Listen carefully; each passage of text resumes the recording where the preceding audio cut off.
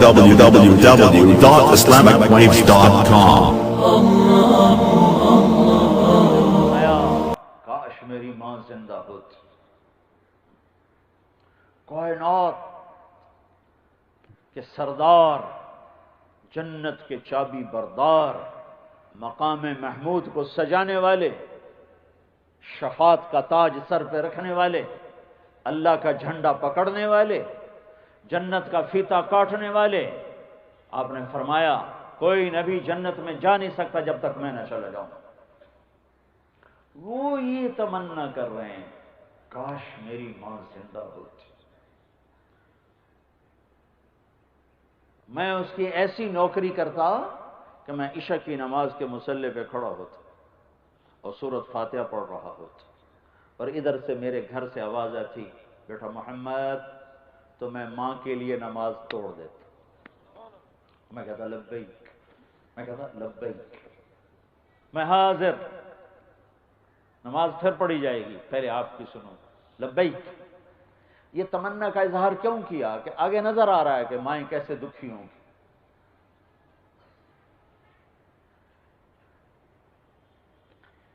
یہ رشتوں کے مقام تو دین بتاتا ہے، کوئی اناٹومی تھوڑا بتاتی. کیوں جی ڈاکٹر صاحب، اناٹومی بتائے گی ماں کسے کہتے، پیٹرول پمپ بتائے گا ماں کسے کہتے، ماں تو قرآن بتائے گا، میرے نبی کی سیرت اور زندگی بتائے گی. 57 سال کے بعد آپ گزرے ہیں جہاں آپ کی والدہ ماجدہ کی قبر ہے.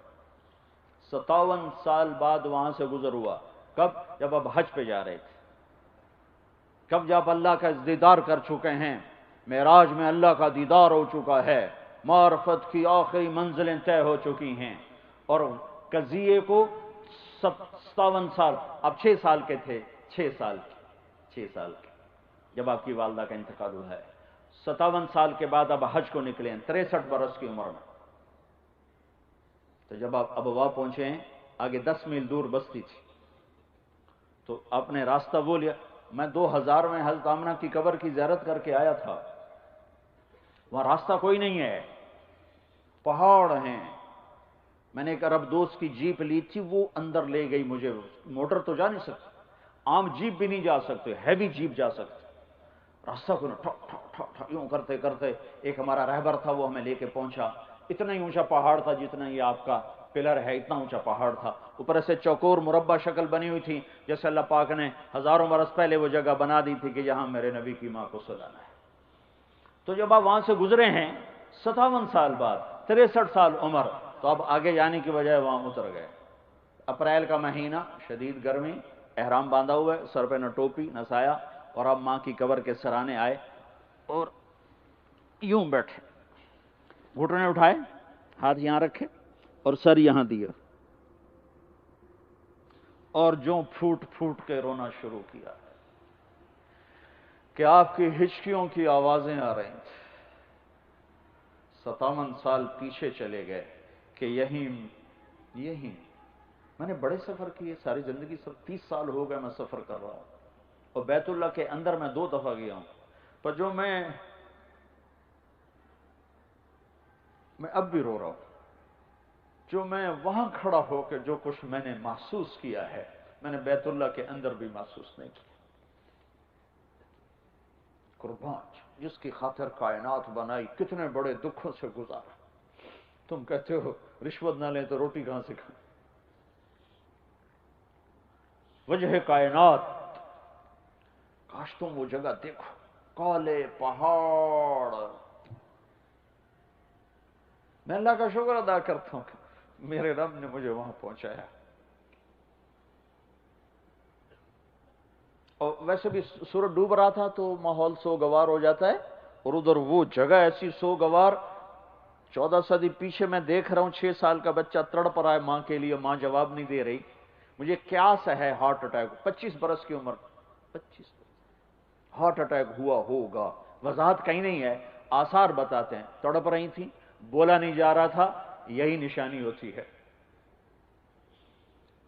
تو بجھتی شمع جیسے بھڑکتی ہے، تو بجھتے بجھتے چند بول بولے، کل حی میت، وکل جدید بعد وقد ولدت طہرا، میرے بچے ہر زندہ نے مرنا ہے اور ہر روپ نے ڈھلنا ہے، مجھے لگتا ہے میرا وقت آ گیا ہے، لیکن میں نے ایک ایسا بچہ چھوڑا ہے جو کائنات کو پاک کر دے گا، روشن کر دے گا۔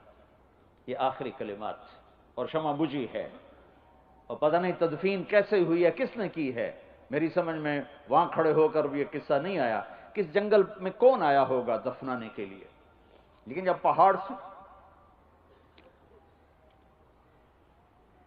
اتریں تو آپ پھر اوپر چڑھ گئے۔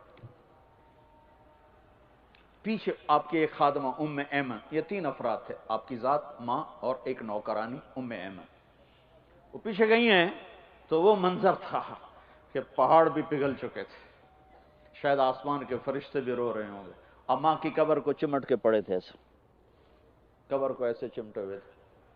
تو جب ام ایمن قریب گئیں تو آپ کہہ رہے تھے اماں تجھے تو خبر تھی، تیرے سوا میرا کوئی نہ تھا، تو مجھے چھوڑ کے کہاں چلی گئی؟ کون ہے؟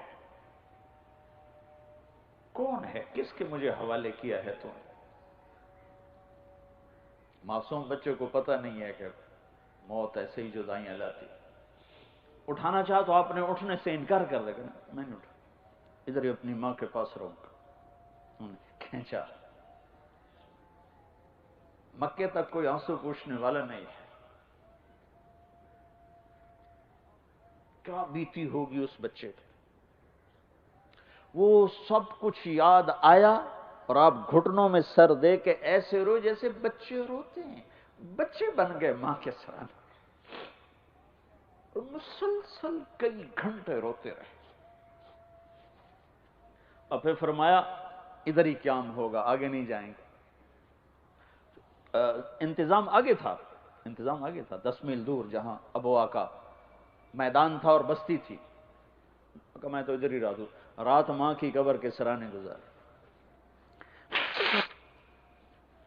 60-70 ہزار حاجی تھے آپ کے ساتھ، وہ بھی دائیں بائیں دائیں بائیں، پتہ نہیں کہاں سوئے کیسے بیٹھے، پہاڑی پہاڑ ہیں،